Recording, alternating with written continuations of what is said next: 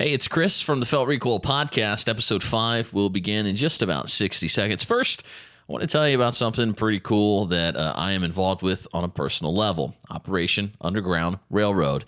Operation Underground Railroad exists to rescue children from the sex trafficking trade.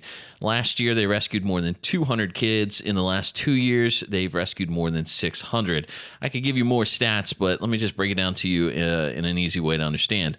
This is a group of guys and girls who go to foreign countries or stay home in the States, whatever it takes. They get with local authorities and they say, we happen to know that children are being sold for sex in your area and we want to put a stop to it. They coordinate with local authorities and they hire out child prostitutes from their pimps. And when the pimps show up, they save the kids and arrest the pimps.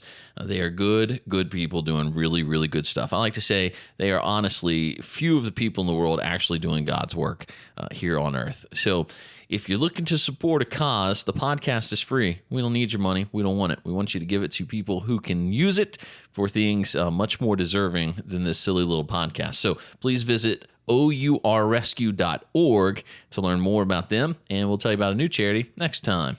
Felt Recoil Podcast, episode number 5 begins now.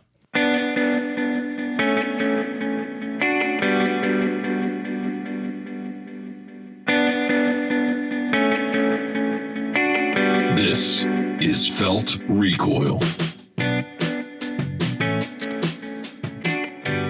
It's the Felt Recoil Podcast, episode number 5. My name's Kris. It's our 5th anniversary.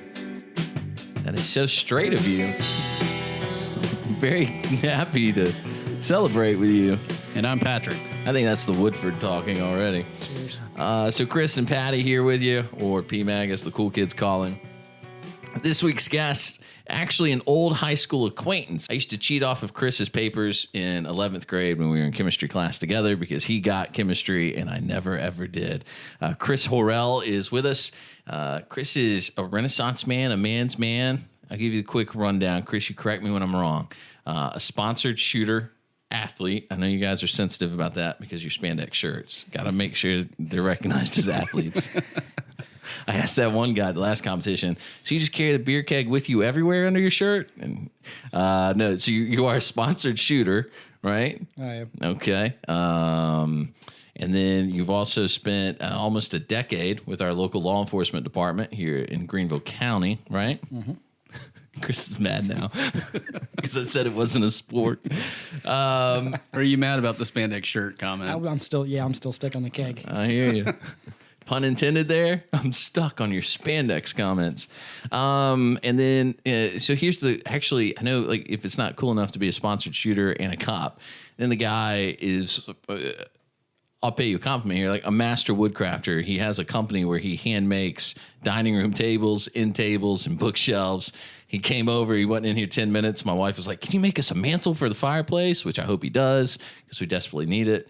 And then, on top of that, again, if you don't feel inferior enough yet, Patrick, has his own line of barbecue sauces and hot sauces, which are currently in my kitchen, just for the record. They're actually really delicious, very smoky in flavor, which I like a lot. I just learned something new. I knew about the woodworking, and I knew about the tight shirts, and I knew about the badge, but I didn't know anything about barbecue sauce. How do you not know?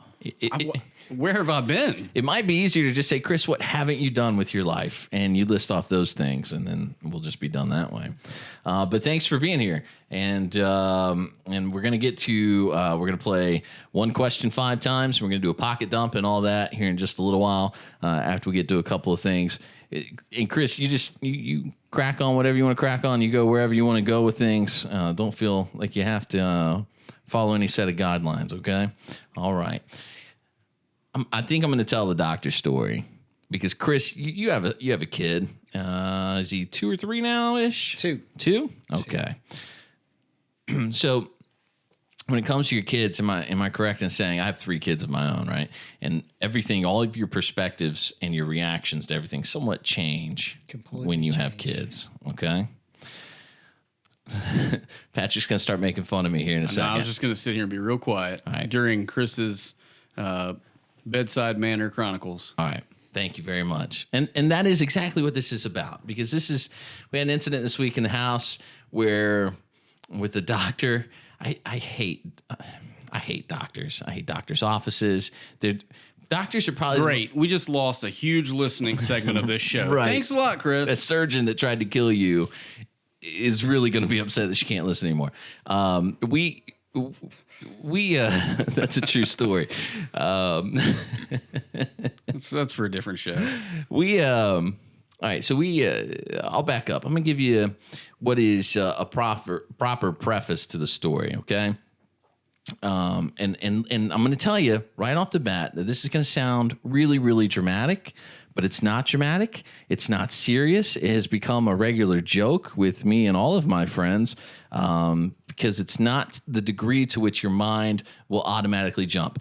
But it's been a year. A year ago, I went in for my annual physical, and the doctor found a lump on my neck.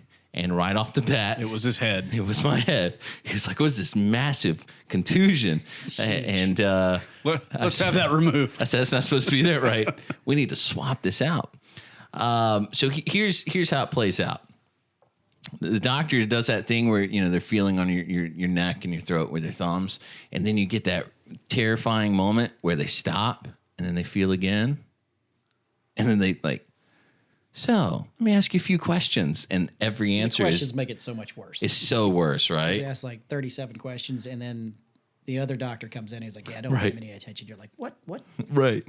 Well, and it's even worse when the answer to every question is yes. Do you feel this? Do you feel that? So here's what happens. He says, "Well, there's a little nodule here that I'm concerned about," and I go, "Okay." And he says, "I think we should have it biopsied." I said, "Okay. I mean, is it that serious?" He said, "Well, it could be." I said, "Okay. What do you mean it could be? What are we talking here?" So he said, "Well, I feel like there's a little something here on your thyroid that's not supposed to be there, and we're gonna have it looked at." The important point is this: right off the bat, I said to my doctor, "Worst case scenario, what happens?" He goes, "Worst case scenario, it's cancer, and if it is a cancer, we remove your thyroid, and you take a pill every morning for the rest of your life. You live a normal life." That was within 30 seconds. And I go, "Oh, okay, easy enough." He said, "There's something you got to understand. If it does come back as cancer, if you're going to get a cancer, that's the one you want. It's either non-melanoma skin cancer or you get thyroid cancer. Those are the two you want. That's 100% curable. You're going to be fine even if it is." Okay. So I go get it biopsied, and lo and behold, lottery, it is cancer. So they pull my thyroid out. It's not a big deal. I take a pill every morning. I'm telling you that to say, you see how soft that blow was? Like it was, here's a proper way of communication.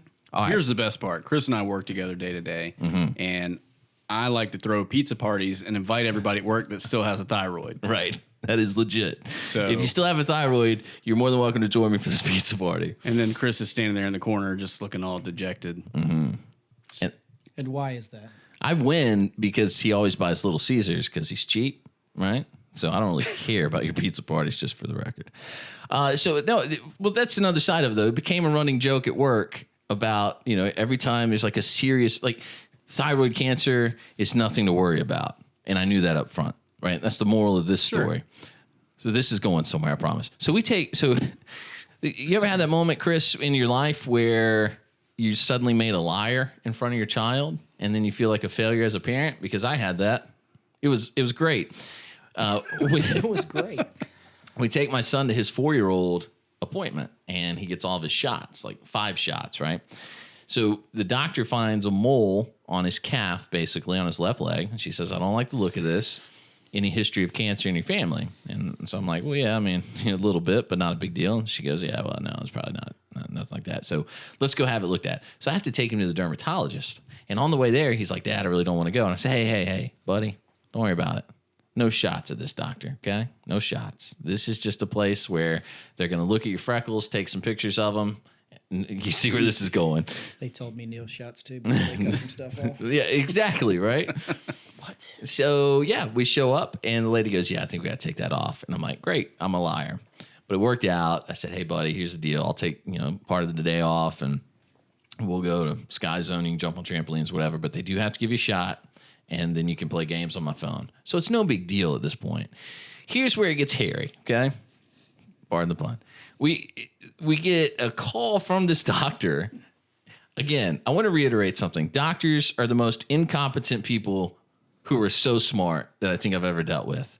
When we had our second child out of 3, we legitimately had a nurse walk in and go, hey, the specialist wants to talk to you in case your baby's born early. We go, okay. This dude walks in, talks to us for about 3 minutes, leaves, and charges us $1,200. I think it was about $4,000.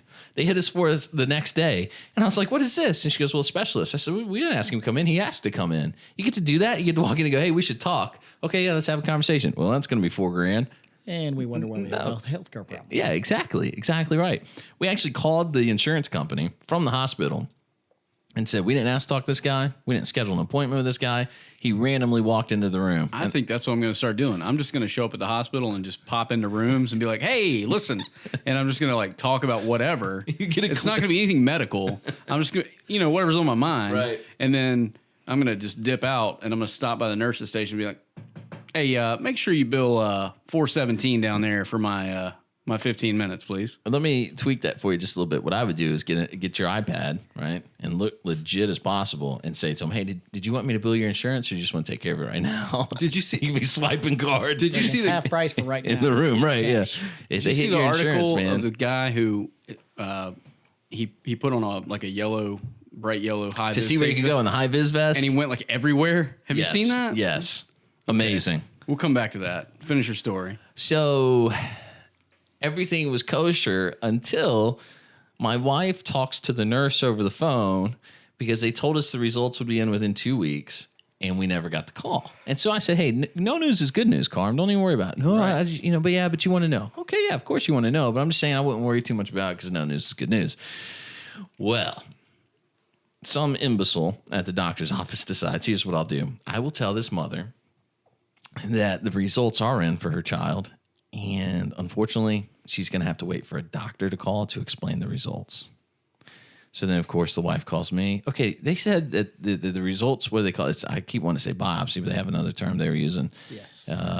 Yes, exactly. So the results are back. The labs are in, but you're gonna need to talk to a doctor about this. And I'm going, well, that's weird. Why can't you just tell me? So we play phone tag for a full day. We're wondering what the heck's going on. Nobody calls, nobody tells. So I legitimately drive up there. I just go inside. Here's who I am. My son's a patient. I'd like to know what's going on. Oh, yeah. We're going to have somebody come talk to you. And then on my life, this small immigrant woman comes around the corner, well into her 50s, well under 5 feet tall. And she says, oh, you come with me. And we go back to a computer, and she stands on one side, and I stand on the other. And she says, so you don't know results yet? I said, no, I don't. She goes, oh, okay. Well, and then she starts talking all this jibber-jabber, medical mixed with Spanglish crap that I've never heard before. Not whatever, what do the Indians speak? Hindi, okay? So she's mixing all this stuff together, and I go, hey, do me a favor. I'm not a doctor. I don't know what we're talking about, okay? Just do me a favor and tell me what the results were. So really, honestly, the concern obviously is, was it cancerous? And she goes, well, it's pre-cancer. I go, what now? She goes, yeah, so that's okay. Wait. So could that lead to something? Well, so here's what's going to happen. Someone will call you. And I was like, yeah, no, they won't. No, they won't. Been down this road. Yeah, she goes, let me get your number and they'll call you. Can they leave a voicemail? That's honestly what she asked. I said, no, because I answer my phone when people call me, unlike this office. I take phone calls. So what I need you to do is just tell me what exactly is happening. And she goes on to try and explain it. I can't really understand anything except that we have an appointment with a specialist. That's what she keeps saying. So I leave. I call my wife and I go, first thing first is find a new dermatologist. Okay? Because these people are horribly incapable of doing what they're supposed to do. If in any profession, Kris, you were a cop, right? So everybody probably mistook you for a lawyer. I don't mean that like condescendingly, but I feel like cops are those people who have one job and everybody assumes it's everything else. And Absolutely. so they go, oh, you're a cop, huh? Hey, let me ask you a question. My buddy is trying to trademark his logo, right? And and you're like, it's not really what I do. No, but just tell me what the law says about if his logo looks a lot like Gerber knives. Can he still get a patent on it? Can he trademark that? And you're like, sure, man, I don't care. You can do whatever he wants, you know? Sometimes it's easier just to say sure and try to explain to them because some people just aren't bright enough to understand. Yeah. To me, no matter what you do in life, most of your job is communicating with people. It does. I mean, think of any profession, and your job is basically communicating with people. You're a lawyer, if you're a doctor, if you work at a gun store behind the counter like I do, it comes a point where you have to be good at communicating with people, or you are failing at your job. Meaning, the guy who walked up to me the other day and said, "Oh, this buttstock fits an AR-15, but your tag here says it's for an AR-10. Which is it?" I go, "Well, if you read the box again, it says it fits both. It says AR-15 or AR-10. And he goes, "Well, I'm not going to want to bring it back." So, "Well, you won't have to because it'll fit both for you." And he goes, "Are you sure?" Yes, because it says it right there on the box. And we happen to know, as a matter of fact, that you can interchange them. All right, all that to say, no matter what you do in life, communication is key. I'm not really sure who thought putting Deepak in charge of reading medical results to the moms and dads that come in was a good idea, but it was terribly... So let me wrap the story up with this, by the way. It was really concerning because then I called my wife and I go, "Well, they say it's a pre-cancer and they want to cut more off and they want to do this and do that." And she's like, "Oh my gosh, pre-cancer." I'm like, "Yeah, that sounds pretty heavy, right? Like you want to do something about that." So I say, "Here's what I want you to do. Call our normal doctor who's a normal person who's good at her job and ask her what's going on." Speaks basic English and not medical jargon. Exactly. Maybe see if she has any insight into what the results might have been or what that would mean. So she calls our regular doctor. Regular doctor's like, "Yeah, I'd probably stay a little calm. That sounds a little weird." Well, then finally the dermatologist calls my wife and says, "Okay, actually, no, not pre-cancer. They're just abnormal." So to err on the side of caution, what we would like to do, if you're okay with it, is cut off a little bit extra and make sure we get all the abnormal cells. And we say, "Oh, okay, we can do that." And that was the beginning of a pretty irritating day anyway. So then the rest of the day, you're just irritated no matter what happens. You just get angry at everybody. All because of Deepak. I'm telling you. Patels. Probably. There we go. All right. Anyway, I'll stop griping, and then we can talk about something else. I'm interested in your opinions here. Ted Cruz and his friend out of Florida. Did you see this? They're going to push for term limits. So Cruz and DeSantis, they want to write a constitutional amendment and make it where if you're elected to the Senate, you can serve 2 terms. And if you're elected to the House, you can serve 3. Are we yay or nay on that?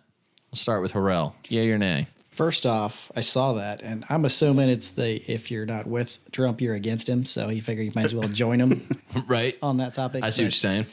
I'm all for it. I mean, think about it. Yeah, there's something to be said for experience in any field, whether it's any field whatsoever. There's something to be said for experience and knowledge, but at the same time, what we have seen with as we refer to the swamp, you've got complacency. So becomes more of a business. But to add to your point, what is their experience on Capitol Hill? Hey, because it doesn't mean it's good experience. To me, the experience is padding their own pockets. So if that's the experience that we keep electing them back to and sending them back up there for, why are we doing it? Nancy Pelosi made $1 million in one day through insider trading. I'm 100% in agreement with you. I'm just erring on the side of giving them the benefit of that, which is probably more than we should give them. Right. All of them. Yeah. But that being said, okay, yeah, there's something to be said for experience, but when they can sit there and there's no pressure, no incentive other than getting reelected, which is easy to do once you're there.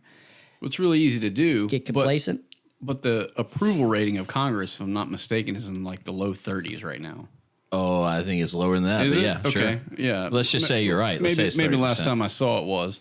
So we're dealing with a bunch of people that nobody really wants them there anyway, is what it sounds to me like. So from the Hill, just to give some context here, this is what DeSantis says, who's a representative out of Florida. This bill will be the first step toward reforming Capitol Hill. Why wouldn't you want term limits to create the incentive to do the best you can do during the time you're allotted? One, but I mean, additionally to that, I mean, if you have term limits, you're going to force new ideas, new people, and new motivation, new inspiration to come and do what needs to be done. Absolutely. Here's my problem with it. I think you want Trey Gowdy to stay there forever. I want Trey Gowdy to be president of the universe forever. He was here like 2 weeks ago. At least till I die. Spoke, went and saw him. he didn't call. He didn't swing by the show. I'll tell you what, I've told Trey a million times through Twitter, even though I'm blocked now. Come on by anytime. Looking forward to meeting you, cooking you dinner. You sound like the old guy in Family Guy. Nice spaghetti. Got some popsicles in the basement. Come on over there, baby boy. My problem with it, Herbert, outside of loving Trey Gowdy as deeply and as madly as I do, is I think it placates the lazy portion of society. Because my problem is with exactly what DeSantis said, that we need to reform Capitol Hill. I don't think we need to reform Capitol Hill. I think we need to reform the people and the electorate. If let's say your stat is correct, which I think it's lower, but let's just say it's at 30%. I mean, 70% of the country, when asked, says, I don't think Congress is doing a good job, or I'm not sure if they are doing a good job. But I'm not going to say they're doing a good job. 70%. And then how many people vote as a habit? 30%? Right? that's pretty low. Right? So the double-edged sword of the American Republic is that it requires the involvement of the people. And what we're doing now is telling people they don't have to be involved in order to reap the benefits of our government. Our government is great because the people govern themselves. But now you have the people saying, you don't have to worry about who governs you because we're going to put a cap on it and they'll go away eventually. I don't think I've ever agreed with anything Mitch McConnell has said, at least within the last 5 or 6 years. But he did say we have term limits. They're called elections. And I think that's 1,000% true. Until people wake up enough to go out and vote. Yeah. And you know what? That makes my point. The fact that this is necessary. Is it 17%? Is that what we're reading? Tell me. Somebody read it off. I'm showing 17. Of course, that was in April. He says 17. The first thing that came up when I Googled it just now was from November of 2015. So this is a little old. Congressional approval rating. Right. Is 11%. Well, you won't believe 11 stinking percent. Did I say it out loud? I just think because I remembered it being at 11. Yeah. Because it was exactly like 1/3 of Obama at the time. But That comment about the approval ratings, and you're getting to opinions, but I think the problem with Americans are we are generally lazy, as we've seen from exactly elections. We're lazy, and it wasn't until this last presidential election that people that have never voted before. I talked to more people that have never voted a day in their life went out and voted for this one because the motivation was there. Right. With helping Americans realize, hey, this is actually a lot more serious than people have believed in the past.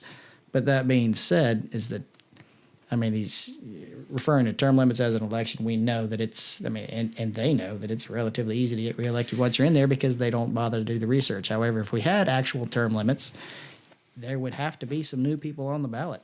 So, but here's the thing. To me, all right, so you're the disgruntled voter, right? Let's just say I'm that guy for a second. And I say, well, the problem is we got people out there making a living and they're doing this. And you say to me, okay, well, it's most likely if there's 3 people in a group, 2 of them didn't vote in the last election, right? We know that. Sure. Two-thirds of the population.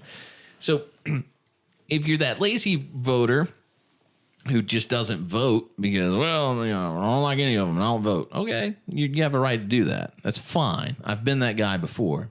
But what we've done now is we've said to him, well, you know what? If your big issue is they've been there too long, so you just don't vote because you think they're all corrupt. Well, guess what? You still don't have to vote. Like, we've now made it okay for you to not vote. Don't worry about it. We'll cap it. We'll put term limits on it.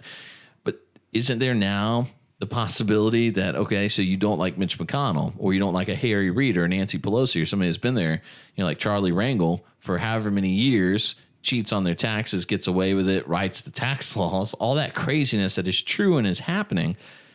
You don't think he's going to pick an heir apparent and say, okay, you're going to be the next guy, and now I'll just go out, and you get in, and you continue this cycle, and now you have these people, term limits are in place, but it doesn't solve anything if the people aren't active. This solves nothing if people aren't active because it'll stay as corrupt.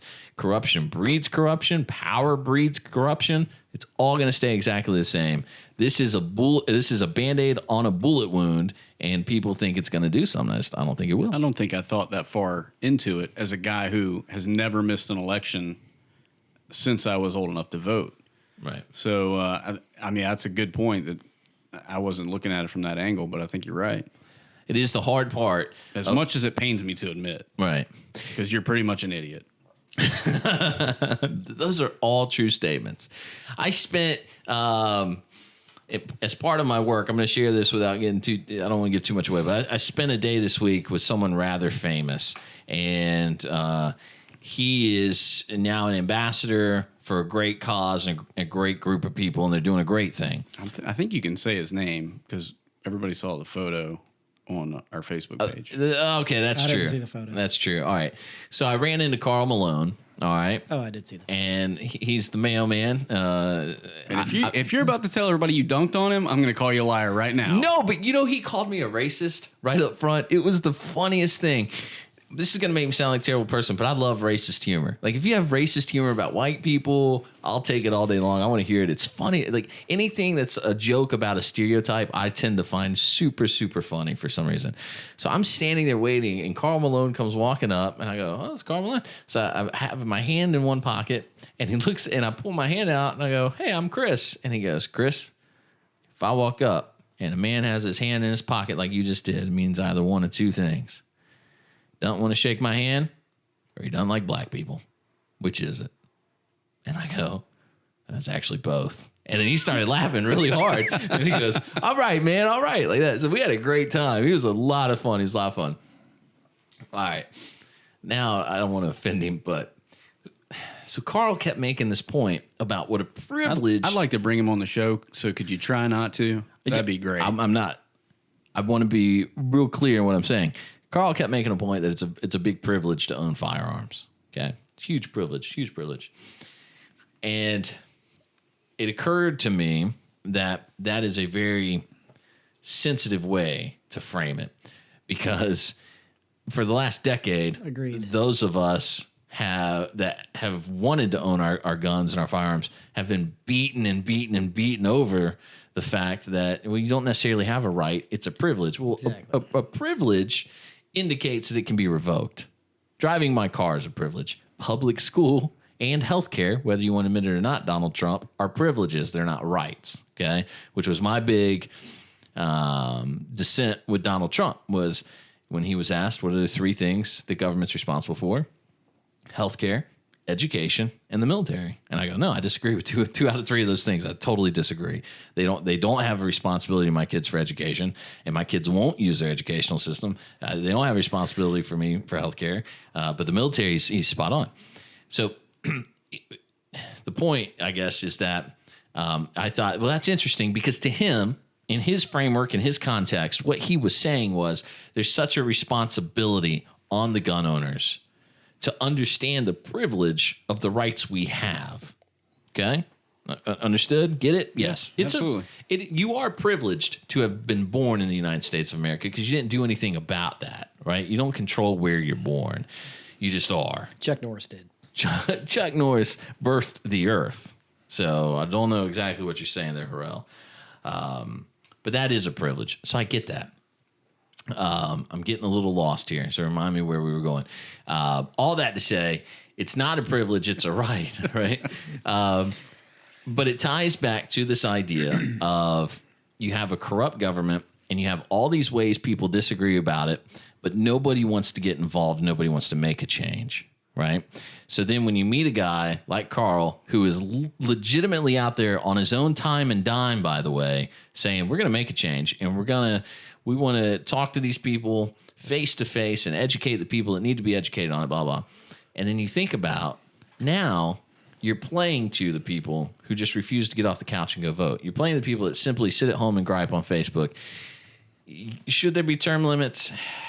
Maybe. But should the people of the United States get more involved on a more regular basis? Absolutely, 1,000%. Nobody can disagree with that. So to me, if you get out there and you tell people, like Kris alluded to earlier, there's never a more important time than now to get out and be involved, to change the face of the nation. I can tell you this. I won $100 off the election because I had a guy say, well, Hillary's going to win by 4 points. I said, I don't think so. He said, I'll bet you $100. I said, okay. And I explained to him exactly why I thought that wasn't true. And part of my reasoning was black people will not vote for Hillary Clinton. But in historic numbers, they came out and voted for Barack Obama. In historic numbers. Okay, so they won't vote for a lady because she says she carries Horrell Fire hot sauce in her purse wherever she goes. If you remember that clip. Nice plug, by the way. I don't know how you pulled that off for your company, but that was amazing. Really smooth. Your sales have soared. But anyway, all that to say, I don't think playing to those people does us any good. I like the idea. I think it does more harm than it does good. So is that a solid no from you then? Yeah, I'm opposed to it. Opposed 100% to term limits on Congress. Yeah. Well, okay. Am I opposed 100% on principle? Yes. Do I think it's a terrible idea? No, not really. I don't think it solves the problem they're trying to solve. It doesn't reform Capitol Hill. It leaves it exactly the same way it is. And in 10 years, 20 years down the road, you'll have people going, what? Term limits were supposed to fix all this. No, they weren't. They weren't going to fix it. They were just going to put other people in place to continue that. So let me ask you this. Yeah. Would you be opposed to term limits on a president? Because the president carries a higher responsibility than that of the, I see your point though. If it's already in place there, yeah, that's a fair point. That's a very valid point. I don't know. I can't answer that, but I see what you're saying. And, well, why stop there? Makes 100%. If it's a principle, the principle applies to both. Let's put it on SCOTUS after that. I mean, okay. Where does it end? I'm with you there, man. Where does it end though? Yeah. Okay, I'm gonna dive real deep on you here, real quick. Get your scuba gear. There's a very important point to remember about the Supreme Court, and that is they were not originally intended to maintain the power of judicial review. When they were designed to just rule what was constitutional in the sense of if somebody does this, is that legal, right? They weren't supposed to have judicial review over Congress. So they were the last resort for the courts, right? So it was still divided, meaning you had your executive branch do what they do, you had your legislative branch do what they do. When it came to the judicial branch, the Supreme Court was the highest entity of the judicial branch. Does that make sense? Right. So, okay, Kris sues Patrick for being a jerk, and he loses in his local court, and he moves it to the state court. The state court rules against him, so he appeals it to the Supreme Court, right? The Supreme Court would then either rule with or overturn the state court, and we could go back to trial. What they did, the Supreme Court, was there was a case of Marbury versus Madison. We won't get real deep on it, but the point is, in that opinion, they granted themselves the right to tell Congress that they were acting unconstitutionally. And that's where their power of judicial review came from themselves. And in my opinion, they should have been dissolved immediately and rebranded and redone because they've been out of scope for what they were supposed to do since James Madison was president. I'm going to disagree with you there. I think they should just be able to make whatever laws they want. It's working out great. Think of it this way. This is another thing I've been struggling with. I'll ask you guys. Should a Christian baker be forced to bake a cake for a gay wedding? Should that be allowed? I'm going to go no. Okay. Government shouldn't be able to mandate what a business does, right? Yes or no? Yes or no? Okay. Can a white supremacy baker deny a cake for a black family just because he wants to? Because here's the point. The Supreme Court has now put you in a position where what you both answered is anti-civil rights in the same way that the white supremacist should be coerced by the government to bake a cake for a black family, which, by the way, legitimately, it goes back to the fact that a white supremacist hotel owner in Atlanta wouldn't rent rooms to black people, and the federal government went down there and said, see all these out-of-state tags in your parking lot? You're involved in interstate commerce, so you're now subject to the 14th Amendment. You have to provide them their civil rights. And what the Supreme Court did that's so weird and perverse is say that your sexuality is a civil right, and it's not. It's not. But the law now states that it is. And so now, yes, the government is allowed to tell a baker, you can't deny them their civil rights of being a homosexual. It's also convoluted. And I'm just saying, absolutely, if we could abolish the Supreme Court, I'm in 100%. It doesn't do us any good. Shouldn't be there. We, the people, not the Supreme Court. Geeky enough? Okay. Want to do some more fun stuff? Of course. Holy crap, I forgot. By the way, guys, we are recording on January the 4th, 2017. So I want to say just that we acknowledge, do you know what today is, by the way? It's the 4th anniversary of John Noveske's death. Yeah, I did see that. Did you see that? Yep. It's terrible. I was unfamiliar with the circumstances, and I was even more unfamiliar with the conspiracies behind his death. Are you aware of all this? There's a lot of them. Yeah. Okay. So fill me in a little bit on who he is, because I think you're going to know more about Noveske as a product and as a company more than I do. I'll tell you, get on YouTube and look up an interview he did with Trey Knight, the founder, or I guess CEO maybe, of Knight's Armament Corporation. Who, if you don't know, by the way, they make fantastic rails for ARs, and I'm certain They make a all bevy kinds of other goodies. wonderful things. But World famous for their 308 ARs. aren't those the rail covers that FN puts on their ARs? Aren't those Knight? Yeah, they use all the rails and the rail covers, the grips. That's Knight's They're Armament. using a lot of their accessories. Okay. But they do make their own firearms as well. SR-25 is one that military uses. Oh, really? Serious 308. Yeah, that's so if you're talking 308s, there's two that you talk about, the SR-25 and the DPMS platform. Is that right? Yeah, those are kind of the two standards, if you will. Cool. But so Trey Knight did an interview with John Noveske where he basically talked to him about where he got his start and how he got to where he is. And the guy started with nothing and taught him, self-taught, and on how to make rifle barrels, rifles in general. Go watch that interview because it's really good, but he gives the whole backstory. But bottom line is he made fantastic products. The company is still around though, so you can still buy Noveske products. But yeah, we're looking at the 4th anniversary of his passing, and very strange circumstances surrounding that. And not to be super conspiracy theorist about it, but seems a little odd to me.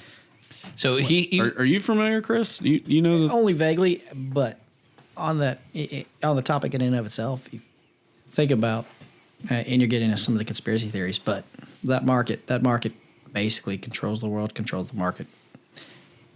We know there's cures and other things that have been suppressed in order to keep that market alive, keep that market making money, just like, the auto market or the auto industry buying out. All right, real quick, provide a little context here. The way I heard it, Noveske wrote this lengthy Facebook status about the fact that pharmaceuticals were basically what?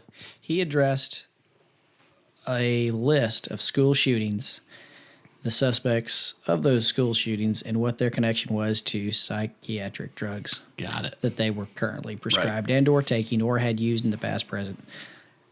And because of that list and the track record, I mean, there's the obvious pattern, and I think it was just days before his alleged accidental handful of accident. days before. But by making that comment, and I mean, he challenged the biggest, one of the largest entities that we have in not just the country but the world. But you think about the connections, the billions and billions. I mean, it's the largest market. Why do you think you go to the doctor and doctors who get kickbacks prescribe from a these certain companies give samples because they're getting kickbacks and they're trying to push that stuff out, and they prescribe one thing, the next thing, the next thing, next thing. I mean, I can tell you, I've been to doctors before who they're like, hey, you feel a little bit of this, feel a little bit of oh, dude, I'm going to fix it. And they'll write you a prescription. You're like, yeah. Like, I have a prescription that sits on my refrigerator that I've never taken because I felt like the guy was like, nope, here you go. Yep, it's gonna fix that. I go, no, I think I just want you to tell me, why do I feel antsy in these certain situations? Like I don't need a pill.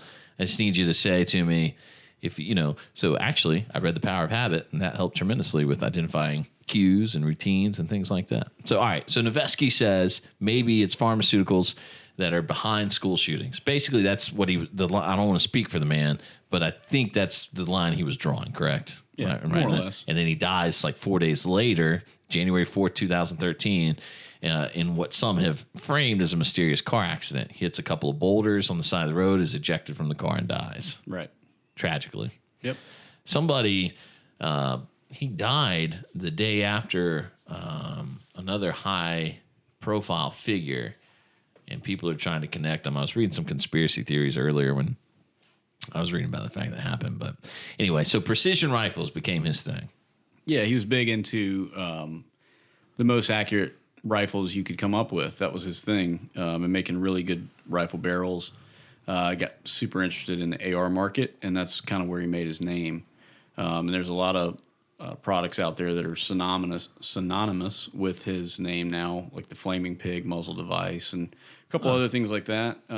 Beer can shooter. Right, exactly. Yeah. That was him, right? No? Yep.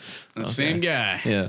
But yeah, so I mean, he was making pretty innovative stuff, things that nobody else was thinking about, and that's what got him so much fame and popularity. And what you find is a lot of the sort of fanboy culture of, well, these guys make the best stuff. Well, if you found somebody and they had a Noveske lower on their gun, that's all they wanted. They didn't want to, they didn't want to hear about Daniel Defense. They didn't want to hear about, these guys or those guys. It was just Noveske or nothing. It's kind of like me and Travis Haley. Right. Very much so. Right. What was his background? Army. He was in the Army, and he talks about that in that interview with Trey Knight. And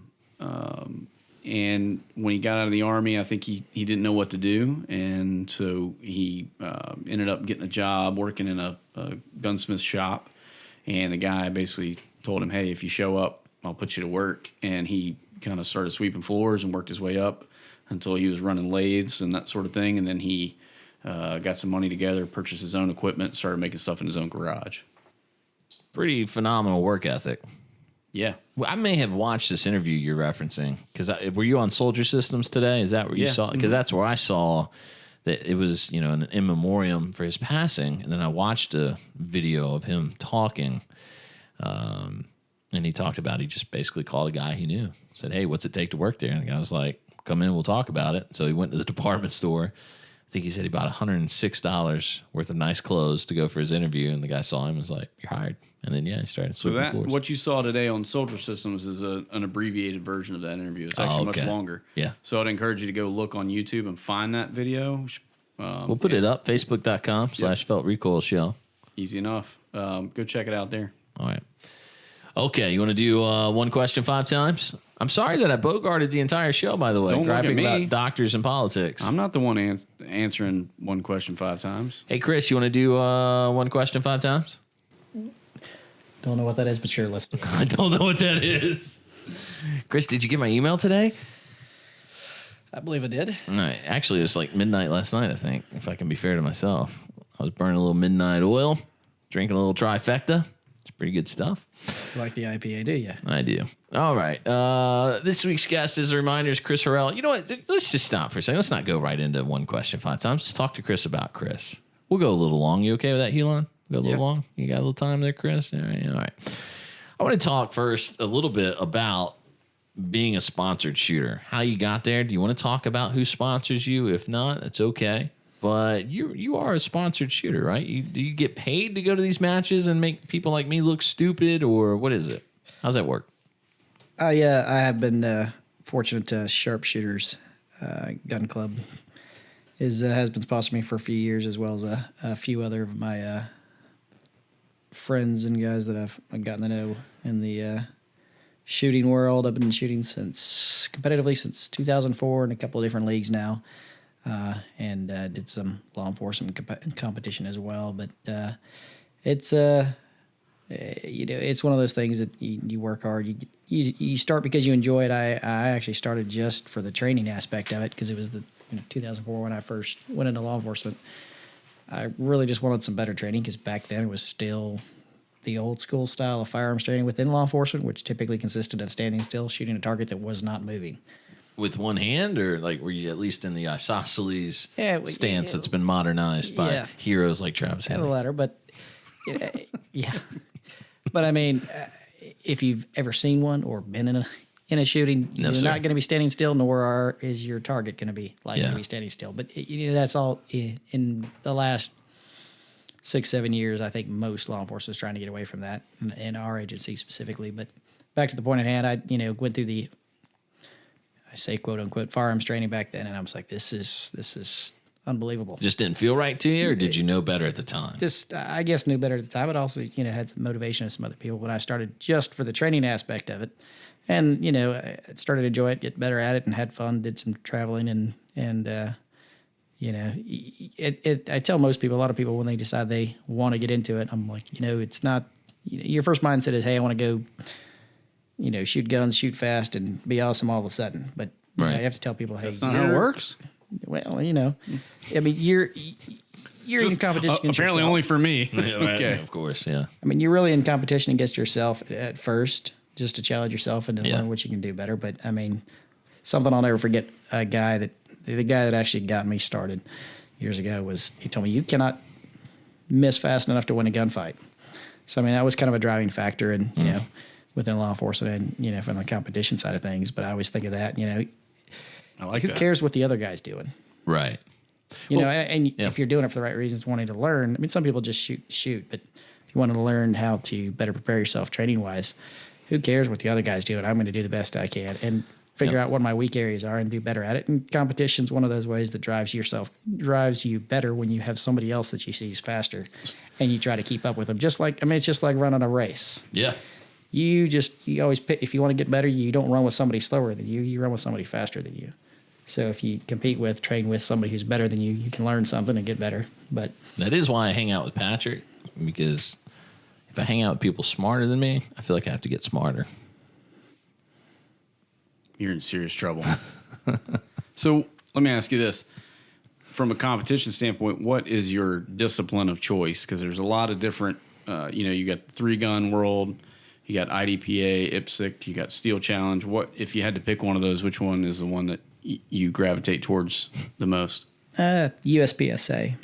And like I said, I may or may not have said, but initially started with IDPA, which tends to be a little bit more choreographed as far as regimented. So wait, required. real quick, slow down. Tell me what these things mean. USPSA, United States USPSA, Pistol United- Shooting. Correct. Association. All right. IDPA stands for International Defensive Pistol Association. Okay. Which tends to be a little more choreographed and regimented as far as making sure everybody walks the same path through the stage so that it keeps the, I suppose the timing portion of the competition as equal. However, I mean, it requires you to do things which are more common sense related to, self-defense, or as far as shooting from cover, you don't run out in the open and with an empty gun, you get penalized for those kind of things. So it teaches you and trains you to have good practices as far as that goes. Now, the flip side, USPSA is a much larger and more competitive shooting environment. As far as the competition goes, you have a lot more bigger pros, I would say, and the pool of competitors is far larger. I still shoot both. As far as on the major matches, the state matches, the championships, and things like that. But USPSA, and also the one thing about IDPA is they award raffle prizes for only at large matches. They don't actually award, whether it be gun gear, guns, anything like that. So you win, and they're all, For a placement. attaboy. Yes. Thanks for showing up. We'll see you next time. And that was the thing that was originally enticing to me, is because there are far more shooters. And, when you have 300-400 people shooting a match, paying a pretty hefty fee, they have a pretty large pot they get a lot of sponsored and donated items, but also whether it be guns or whatnot, but they also have a pretty big purse to provide some good prices. So there's a lot more incentive there. But what I'll say about USPSA, while it has a few less restrictions, it allows the shooter, they basically give you a scenario and say, start here. When the buzzer goes off, you go bang, and you shoot all that stuff. So you figure it out. It's Yes. not So there's you go 16 here, different stand ways you here. can shoot that stage. I see. 16 different ways you could move your feet, move your hands, do your reloads, and it's all up to you. So to me, it requires the shooter to have a better strategy, and Requires a little more mental capacity. yes, and quicker feet.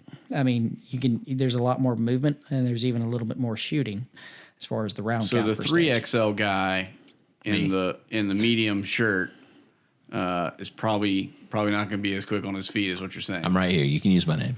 So Kris, when he's wearing his schmedium shirt, with his logos tattooed all over it. That's right.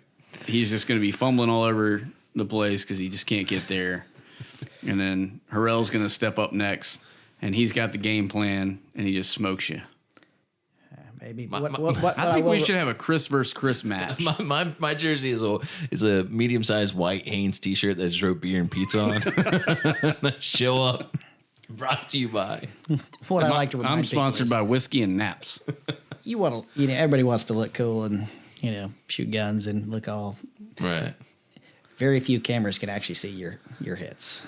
So if it looks good, you shoot fast. You can be throwing mags and sending rounds down range. Yeah, but if you're not. That's what I do when I show up. There's two schools of thought when it comes to training, and so I'm curious how you train. I want to preface with this. One of my favorite things to do is shoot against a clock.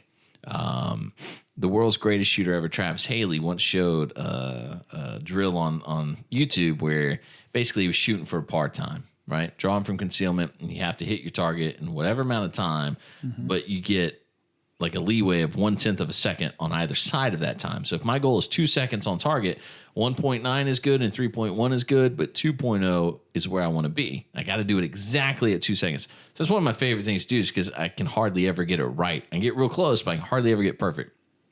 So I really like doing that. The other school of thought, I think, is guys that think, or shooters, I should say, shooters that think that they can go to the range and mag dump 30 mags, go home and they're a better shooter because they just shot, 900 rounds of ammo. But man, I did it all fast, and so I'm good to go. How do you prepare when you're doing precision shooting as quickly as possible? It sounds like. What's your daily routine? How do you go out and practice for that? Is it repetition? Is it perfect repetition? What do you do? There's probably, everybody has video nowadays. We're our own best critic in most cases. There's a lot of things that you don't realize subconsciously. I mean, I'm sure you see the interview of a law cop or a civilian either that have been involved in a shooting of self-defense. They oftentimes don't, and I'll answer your point here, but you're good. When it goes down, you have tunnel vision. You have your adrenaline's popping. You see what you see. Body alarm response. Yes. So I don't even know what that means. You do things and you don't realize you're doing things. Yeah. Or 3 days later, once you've had time to get a little bit of sleep and relaxed from the incident, and you start remembering things coming back to you. Okay. Now that being said, I've been shooting competitively. I don't know. I'm not real good with math, but let's say 12 years, 13 years, something like that.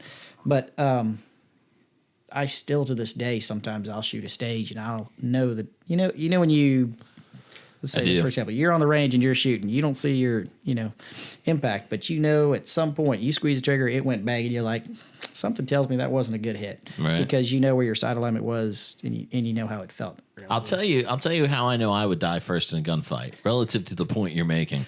Last week, I was asked to shoot on camera for a promotional video, and I didn't go prepared to shoot, and I probably haven't really gone out and concentrated and practiced properly in months. But I was handed a gun, and they said, "Hey, you just shoot this and do this and do this." I thought, okay, and so the idea was draw, and I'll run the 2-2-4-2-2 drill a couple times, and so I did that with a 1911, and I think this hits at what you're saying. Right after I shot, I was like, damn it. Because I knew all my mechanics were wrong. I was real sloppy. I was turning like a tank turret and all that stuff that 20 minutes later I go, I'd actually kind of really like to do that again.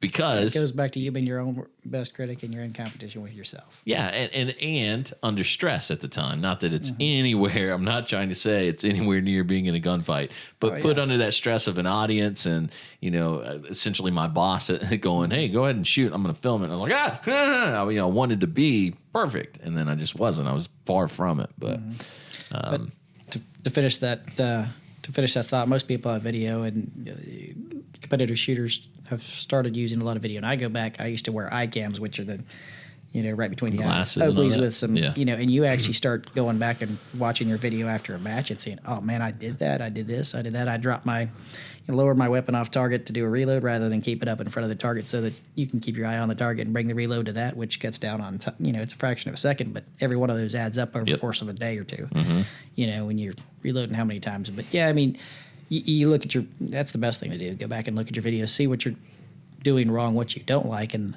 the other thing too is talk to other people where they may be a better shooter or not a better shooter, but they're going to see things you're not going to see. What is your favorite drill? If you could go out and just do something for an hour, what are you going to go do? It's a hard question. Good. It makes me sound smart. I'd probably have to say, weekend strong hand drills, because that's probably without a doubt, this is the thing that we do the least on our own in training, that we do the least when we're having fun, and very few people. I'm sure you've had plenty of gun buyers come in, or guys that you're teaching a class to or whatnot. They look at you like you're crazy when you say, all right, let's do strong hand only, let's do weak hand only. Or even try to teach them how to do a reload or clear a weapon malfunction with only one hand in case they take one and the other. But yeah, you're right. I'd probably say that because, you've probably heard that term or phrase about, you train. If you train at your weakest point, you're going to respond in the same. But, I mean, if you can shoot good with one hand, you can probably do way better with two. I mean, it's kind of simplifies things, but... I like the weak hand drills. I like shooting. I'm right-handed. I like shooting left-handed.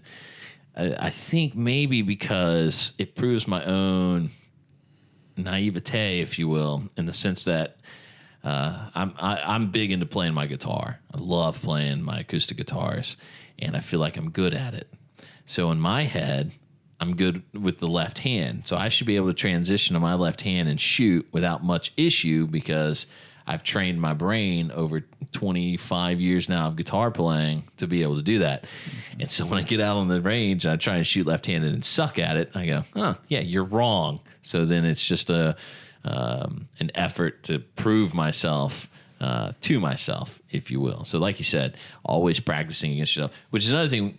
I disagree with the guys that show their shot timers on YouTube. There's some pretty high-level guys who get out and run a drill real fast and then show off their shot timer. I get what they're doing. They're showing me that they can go that fast. It doesn't do me any good to go out and say, okay, well, let me see if I can get a sub-1 draw from concealment on target, because all that's going to happen most likely is I'm going to end up shooting myself in the leg and be in a whole world of hurt that I wouldn't have been in otherwise. That only proves to me they've done it once. So right, be I consistent. feel like consistency is much more important than being able to prove it one time on YouTube. Absolutely. Chris, how do you get sponsored as a shooter? You just walk into Sharpshooters and go, hey, I have this idea. I shoot, you pay for it. And they're like, hey, this you guys guy, know I'm awesome? This guy has it. This is smart. Let's do that. It's more like... Was it people you knew at the time? Is there a evaluation process where they come out and watch you at a couple of matches? How does it work? Myself and a coworker friend of mine were approached by the owner. Basically, it was like, hey, we want to sponsor a team. We've heard a lot about you guys. We'll take care of the bills. You wear our shirt. You travel. Nice. Fantastic. Get the name out. But we only have extra smalls. Yeah. Right. Well, that works out for me. So Yeah. In case if you don't know, Sharpshooters, by the way, is a really nice gun store in the upstate South Carolina. I don't want to be mean, but the only answer to Sharpshooters in the upstate when they showed up was legitimately a gun range that had dirt as a backstop indoors. That's not being mean. That's accurate, right? Off of Rutherford Street, it's dirt at the end. At least it was back in the day. It's been a while since I've been there. I've heard tell of such a place. Yeah, you were legitimately shooting into like a black dirt mound, it felt like.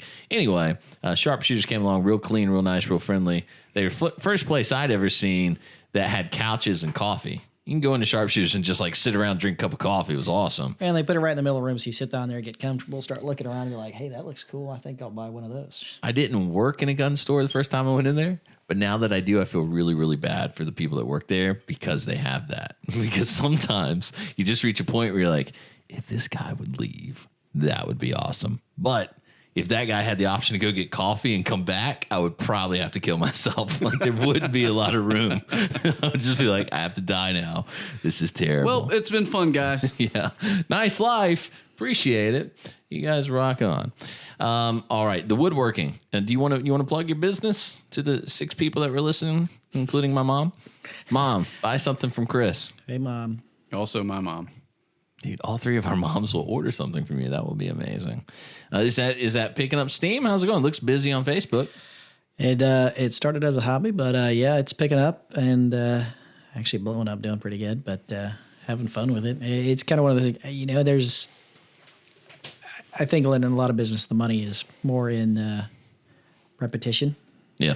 Streamline and doing a lot. And while there's a number of things that I do a lot of because they seem to be popular, yeah, I like your project, for example. I like doing new stuff. Try to, I've asked Kris something that's custom because it then for becomes a barn inclusive. door, and a mantle. So he's got. Yeah, but yeah, it's doing good, and just having fun with it. Yeah. See where it takes me. How did you get into that? Is that something that was always you mentioned earlier before we were recording that your dad was a bit of a woodworker? My granddad in the very early 1900s, he was a woodworker for his entire life.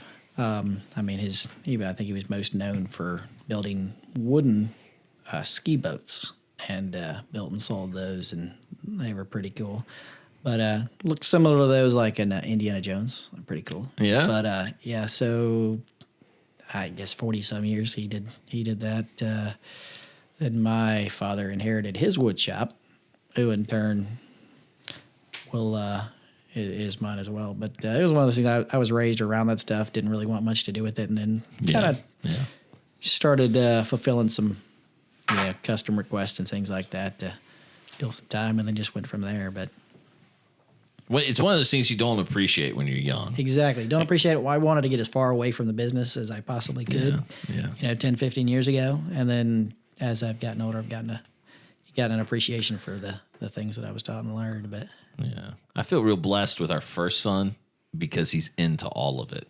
So he wants to hang out with his grandpa. He wants to cut grass. If I go out and start a bonfire in the backyard in the fire pit, which I've built so that we could burn debris. We have all these trees in the yard. He wants to come out and rake leaves, pick up sticks, and throw them in the fire. When I was a kid, I was like, man, whatever. Just leave me alone. Leave me inside. If you could do me a favor and send him over about the 2nd or 3rd week of March, right? I'll have plenty of grass for him to cut. It's ridiculous around here.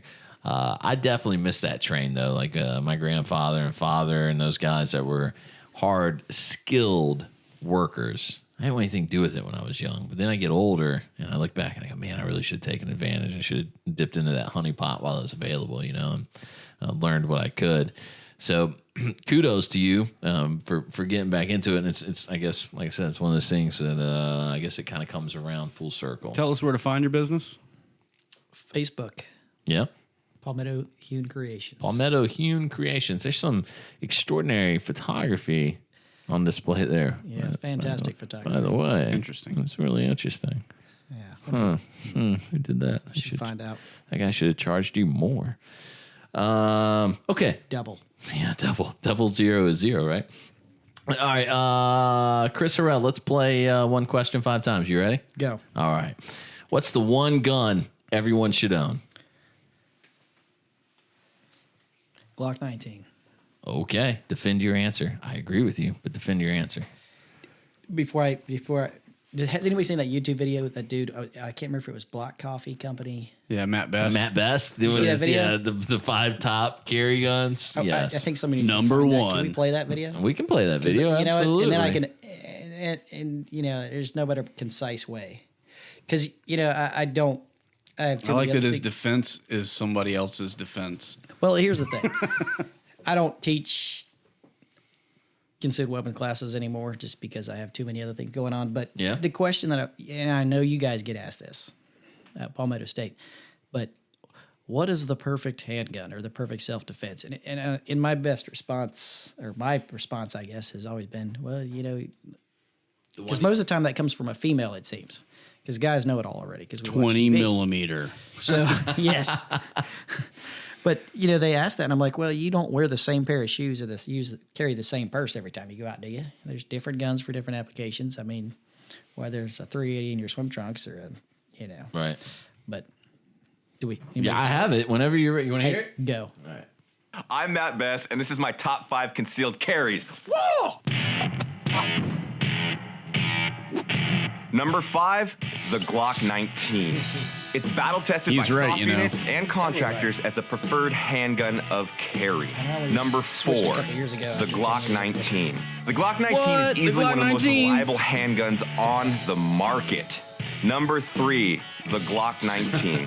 Chambered in 9mm, its magazine capacity is greater than that of large caliber firearms, but also, I do believe that shot placement trumps caliber size any day of the week. Agreed. Number 2, the Glock 19. The Glock 19 is one of the most affordable handguns, in my opinion, for what you get out of the box. Wait, what about Taurus? You already knew what number 1 is, the Glock 19. Why? Because it's a Glock. Come on. I like that in the video he's stroking you shouldn't the take slide. other people's opinions and lists as definitive choices for what you as a consumer should buy, especially when it comes to something as important as a concealed carry. I personally choose the Glock 19 because it's been my ADC everyday carry for the last 6 years and what I carried as a contractor. You should carry whatever makes you feel the safest, the most confident, effective as a responsible firearm owner. Amen, brother. That's the best part at the end there, man. Yeah, that's really part. the best answer for that question when you get that. But I do still think that's the best all around. Is that your preferred carry? Is that what you carry every day? It is. Yeah, me too. I'm the same way. Although team. I put a Zev trigger in it, I wish I wouldn't have done that. I'd take that back in a heartbeat. But anyway, You can take it out. right? Yeah. He can ask me to take it out. Oh, you son of a gun. Yes. All right. Anyway, all right, cool. I like the Glock 19. I'm glad that was your answer. What's the one album everyone should own? One album everyone should own. I think that's easy. Okay. Patch the Pirate. Which edition?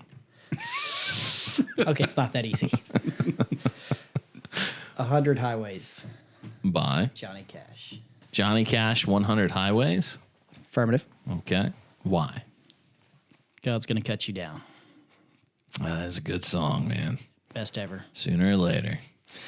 All right. What's the one book everyone should read? Gates of Fire. Stephen Pressfield. I've read it. What's it about? The Battle of Thermopylae. Absolutely. Most well known for the last 2 or 3 chapters is depicted in the movie 300. Yeah. So good. So vulgar, by the way. Just FYI, if you go out and buy Gates now of Fire, you've piqued my interest. it is really good. But there's a certain amount of humanity and I can't think of a better word at the time, but I want to say like manhood as far as like, what's that other book about that men are always suggested to read as far as, get out where the wild things are or something like that. Yeah, no, I don't know. Yeah, that is the but book, anyways, but yeah. But it's one of never those read books that, you read that book and it's kind of it's a soul searcher. That's one of those books that every time you read it, you get something else out of. it is, it's the book. So that's the style of book that makes you wonder. You soul search yourself reading that book, I think. Don't you wonder if that's the right way to raise your kids? It starts off in first gear, like a little slowly, but it teaches you the culture so that you better understand the mentality.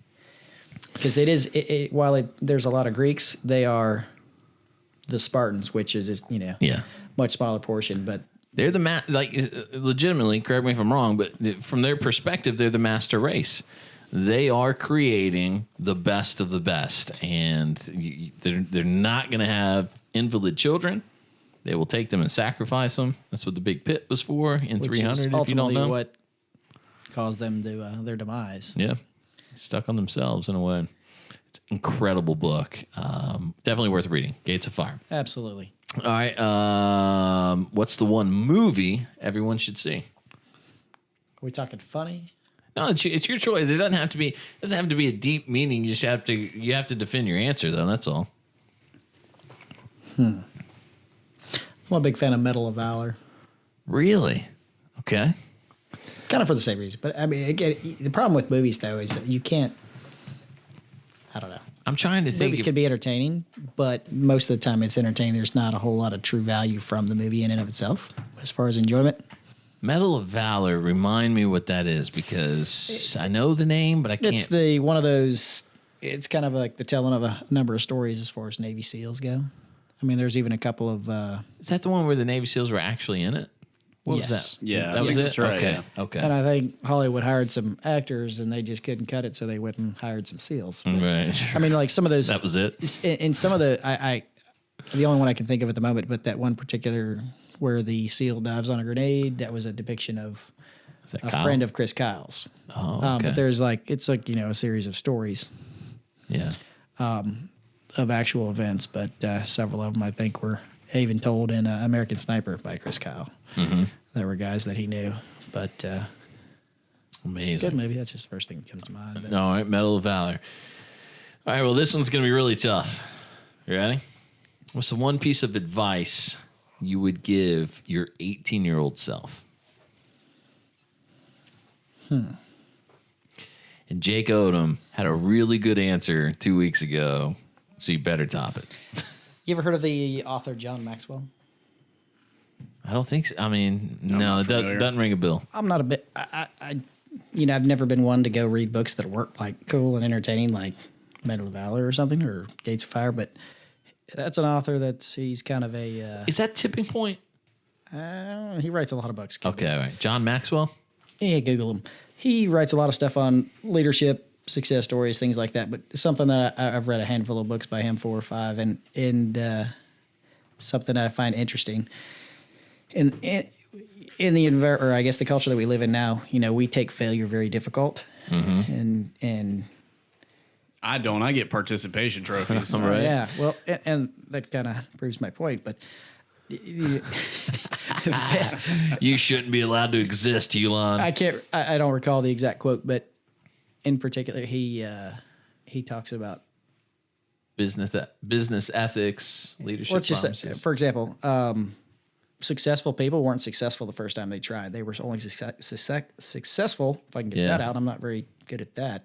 But they were only successful after they failed many, many times, because each time you fail, you learn something from it. And it's something that I think of too. And back when I'd have trainees with me or whatnot, I'm like, or school, for example, if you get asked a question, you answer the question, you get it right, good to go. You know that one fact. But if you don't answer the question, you then have to be taught, and you work your way through it, and you learn a lot more along the way. So that being said, if you fail, whether it's an inventor, a businessman, whatever, any number of things, and it applies to virtually everything, and that if you, by failing, you learn how to do what not to do, and you learn what you can do better. Yeah. And so you look at successful people, none of them were successful the first time. But and I say that to say, it's not a bad thing to fail necessarily, Right. unless it's It's like Michael Jordan not making his high school basketball team. That's a pretty infamous story we all hear. and that might have been his failure that drove him to go. Right.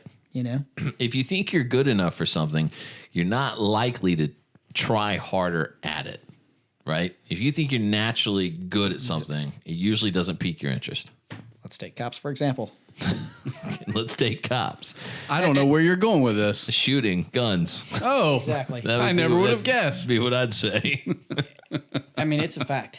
Cops, because they wear one on their hip every day, just like They tend to think Joe Blow that comes to the gun shop, who Yeah. blew the dust off of it, took it out of the case that had already decayed. We've met that guy. But they've got 16 guns, haven't shot most of them. Right. But because they own them, they can shoot them. I mean, and it goes back to, a lot of cops are just that way, unfortunately. But that tends to be everybody, especially around, we can say especially around guns because we're in that culture, we're in that community every day. Gun owners tend to be the guys that are like, oh yeah, I know everything about it. I pride myself in one thing. I only have one thing I pride myself in outside of my family. How I conned my wife into marrying me and making 3 babies is We will never know. It's beyond me, but that's my first point of pride. My second point is I'm never afraid to be wrong. I like to be wrong. I like to say, hey, is this right? And then learn why it's not, okay? Because I remember having an epiphany at like too late in life, I was 23 or 24 years old, where I thought, if you want to know something, it's in a book somewhere, right? Like you can read enough to make yourself smart. You don't have to go to college to get smart. You don't have to be taught through a classroom environment. So I've always approached it with, be humble and be willing to say, well, how do I do this and do it better, right? And that's what I think where it gets important to swallow your ego about things, especially in the gun community, when it comes to, hey, so I'm trying to do this, I'm trying to do it better. How do I do that better? And I think there comes a level of, when you're a police officer, especially, I'm sure, people probably tend to think you fulfill a lot more roles than you actually do, or that you're more capable at certain things. Raising somebody's children. Right. Do you get asked a lot of legal questions as a police officer that you would never know the answer to, and it's ridiculous for people to think you would? And you would never know the answer to except for having been a police officer and been asked it before. Right. And then you go and do research and figure it out? Is that how it tends to work? Sometimes, yeah. Because I'll tell you, it's amazing. Again, I'm a schlub behind a gun counter, and you'd be amazed at how many people will come to you and go, let me ask you a question. What's the law say about, and I will legitimately tell them, first of all, you're talking to a dude behind a gun counter. You're talking to a retail associate inside of a store. Esquire does not follow your name. Exactly. Don't come here for legal advice. Go anywhere else but here for legal advice. I'm the exact opposite. I'm going to give them the legal advice. Right. And it's going to be wrong, but I'm going to give it to them. Joke's on you, buddy. Yeah. I have a extended family member by marriage. Actually, when you walk in Walmart, you should wave that gun around. To let everybody know so that they're aware. It's like the guy on the street corner that you're walking, he pulls up and asks you directions. You tell him to go down here, take a right. Go to the next stop, take a right. Take 2 more rights after that. And then he's done a circle. He comes back again. Hey, I forgot what you said. What? Somehow I ended up here talking to you again. Oh, my bad. I may have told you wrong. Go down here and take first right, first right, first right, first right. People are a lot dumber than you give them credit for. Do you have? Can you give us like your best arrest story? Is that okay? Is that ethical or no? No. If not, it's no big deal. I'm just wondering. Best arrest. I try. Yeah, I think you block most of it out because your brain gets full. But yeah, stuff you remember is the bad stuff and the funny stuff. Yeah. I have a friend whose name I won't say. What's his name? And then my brother-in-law and my cousin all work in the Greenville County Detention Center now. They're all prison guards or jail guards or whatever you guys call them, rent-a-cops. I'll poke them with that stick for a minute. I hope so. No, they have what is essentially the toughest job. They have the toughest babysitting job you could imagine.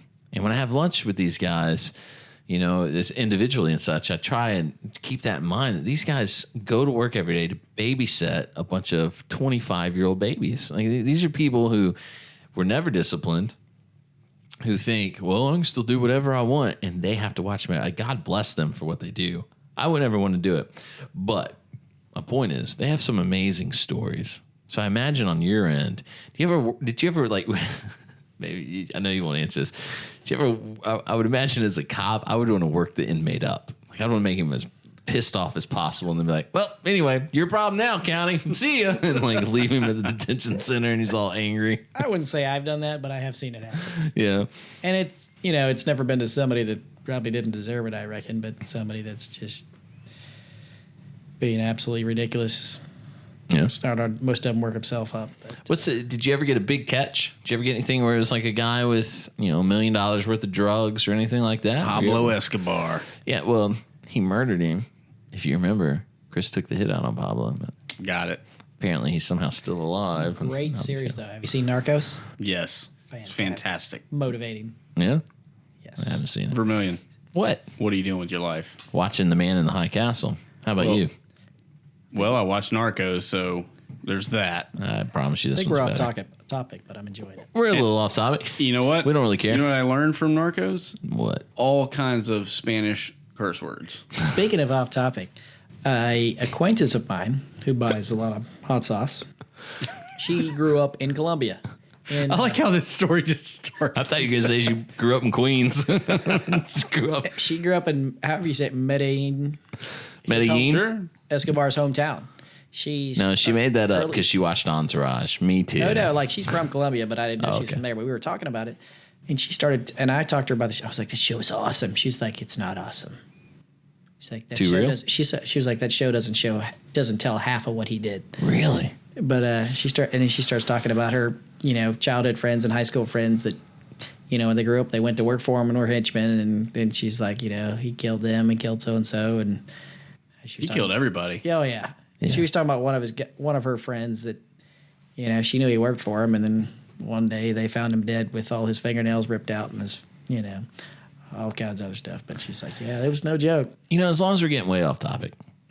We might as well just keep going. Let's see how far we can go. Let's go to Cuba, because I have a friend from high school that went to Cuba and posted the pictures on Facebook this week. On purpose? And I got to tell you, it took a lot for me to be like, to not say what I wanted to say. Because my mom is my Facebook friend, I can't use a lot of expletives, only a few every now and then. I think I can get away with jackass, and that's cool. But otherwise, I try and keep it tame because mom and dad are on there. But legitimately, you're in a land built by a guy who murdered everybody. And I understand celebrating the Cuban culture, but it's still ruled by a family murdering everybody. And it's unbelievable. Awesome. It's unbelievable. Well, I can buy black beans at Publix. I don't have to go to Cuba for that. But then or is there someone else? And the music, the cigars. I mean, I don't know what your problem is. I'll tell you this right now. Wearing his shirts and the Che shirts. I got a true story about that. I got on a serious rant about Che shirts the other day because I saw a guy. Tell me. And then we got on the subject. I was talking to my girlfriend. We got on the subject of that. And I was talking about how Jay-Z likes to wear Che T-shirts. I would punch Jay-Z straight in his face like he does women. And so without hesitation. I swear to God I would. Give me the opportunity. I got on this big tangent about how, given the opportunity, Che Guevara would have murdered Jay-Z because he is black. Absolutely. And it's just...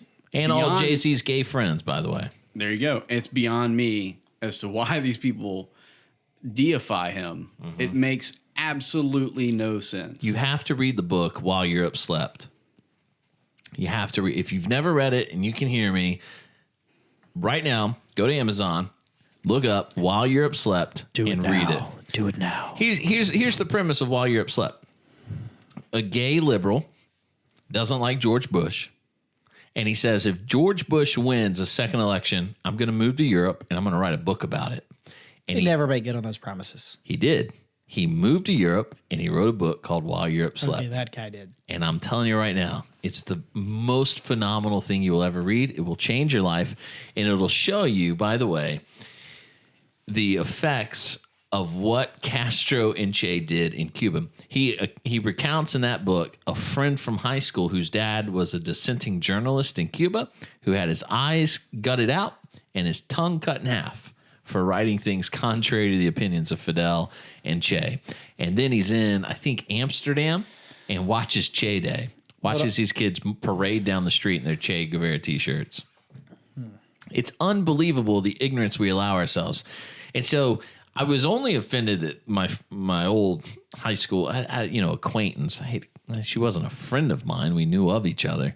But this acquaintance was in Cuba under the ruling family who has so brutally murdered these people. And yes, would murder Jay-Z, would murder any gay American that thought, well, I'm going to go to Cuba because it's pretty. You're going to die. You're going to be killed because these people are still in power. They wish you were dead, which is another topic altogether, but millennials. It's a strange thing. Yeah, millennials. She's not. She's old. She's nearing 40. She just doesn't want to admit it yet. All right, Hulon.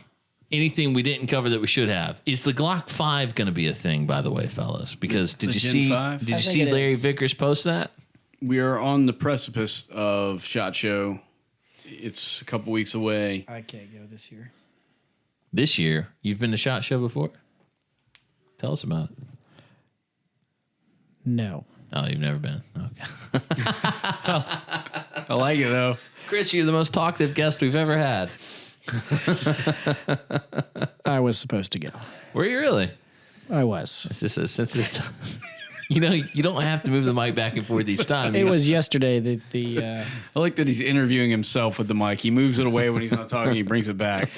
It's perfect. It was yesterday that I discovered that I would be busy at work the day it starts. So wait, you have a pass to go and you're not going? I do. What What are you doing with your Kris, life? don't punch him. Don't punch him. What are you doing with your life? I do. All right, so here's what I'm going to read what Vickers posted, and he said, I'm still waiting to get my hands on one of the new Glocks the FBI adopted, the so-called Gen 5 by the shooting public. As soon as I have my hands on one, I will inform you of my opinion and film a video for my YouTube channel. I have a close family friend with Yes. South Carolina Highway Patrol, and he has informed me in the last week that they are moving away from 45 Gap, and they will be right. They will be moving to the 17M. So we'll see if that's if that turns out to be civilian accessible here at SHOT, I guess. 17. So the 17M is the supposed quote unquote Gen 5 Glock. Allegedly, It's the FBI model, right? Right. Developed for law enforcement. I think Illinois Highway Patrol has already adopted it. So there's several other agencies that are looking to pick it up here in the next few weeks, I think. You know what I love about it? No finger grooves. That's awesome. Yep. I love that. Straight faced. What are we One talking about? last thing before we go, Mr. Horrell. Yeah. Let's do a pocket dump. And that consists of what is essentially your EDC. Let's make it happen. Let's talk about your EDC. Glock 19. Is there a Glock 19 in those pants? All right, Glock 19. G-code incog. Hold on one second.